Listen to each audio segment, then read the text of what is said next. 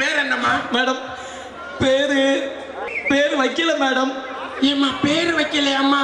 ஆமா மேடம். என்னம்மா நீங்க இப்படி பண்றீங்களாம்மா? 11 பேர் கிடைச்சாச்சு. Team ready. Match start. பாடம் படிப்பு ஆட்டம் பாட்டம் இதை தவிர வேறு எதை கண்டோம்? பேட்டிங் ஆரம் சூப்பரா இருக்கு. டீமும் ஓகே, பேலன்ஸான டீமா தான் இருக்கு, கரெக்டான டீமா தான் இருக்கு. திருநெல்வேலியிலேருந்து ஒரு ஆள் வேர்ல்டு கப் ஸ்குவாடில் செலக்ட் ஆனதுக்கு நம்ம ஊருக்கு தான் பெருமை. 19 வேர்ல்டு கப் ஸ்குவாட் உண்மைக்கு நல்லா இருக்கு.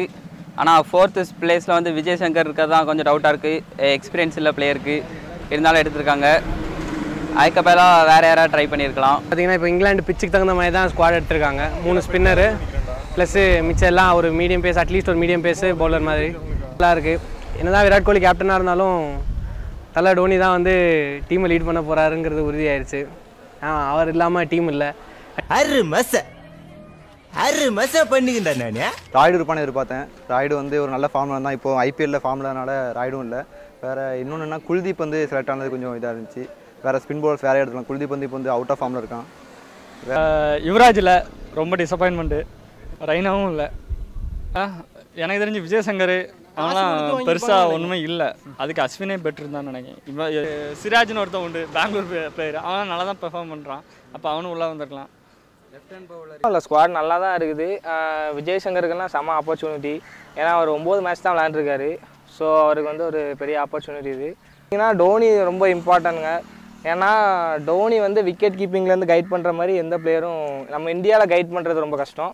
அதில் டிகேவை எடுத்தது சரியான முடிவு தான். ஏன்னா ப்ரெஷர் சுச்சுவேஷன் ஏதாவது முக்கியமான கடத்தில் வரும்போது எக்ஸ்பீரியன்ஸ் பிளேயர் தான் தேவை. பேட்டிங் லைனாக பார்த்தீங்கன்னா ஓப்பனிங்கு இப்போ ஷிகர் தவானும் 2 ஐபிஎல் மேட்சாக ஆடிட்டு இருக்காப்புல, ஃபார்மில் இருக்காப்புல. ரோஹித் சர்மா மட்டும் கொஞ்சம் ஃபார்ம் அவுட்டில் இருக்காப்புல. கேஎல் ராகுலில் 3rd ஓப்பனருக்கு வச்சுருக்காங்க. அவர் பிளேயிங் லெவலில் வருவாரா என்னங்கிறது கொஞ்சம் டவுட்டு தான். மற்றபடி டீம் நல்லா இருக்குது. யுவராஜ் சிங், சுரேஷ் ரெய்னா இப்போ ஃபார்ம் அவுட் தான். இருந்தாலும் அவங்க வேர்ல்டு கப் தான் அவங்களோட லட்சியம். அவங்க நம்மளோட வேர்ல்டு கப் ஹீரோஸ். ரெய்னா இல்லை, யுவராஜ் இல்லை, 2 முக்கியமான பிளேயர். 2 பேர் ஏன் உள்ளே சேர்க்காமல் இருந்தாங்கன்னு யாருக்குமே தெரில.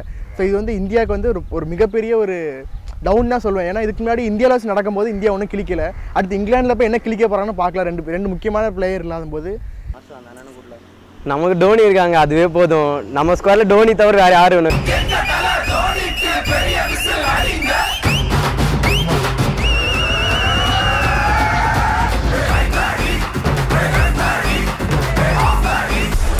Right, Prince not express at the right angle. The flashing lights behind Chris Gayle. Nice ball, 5 needed.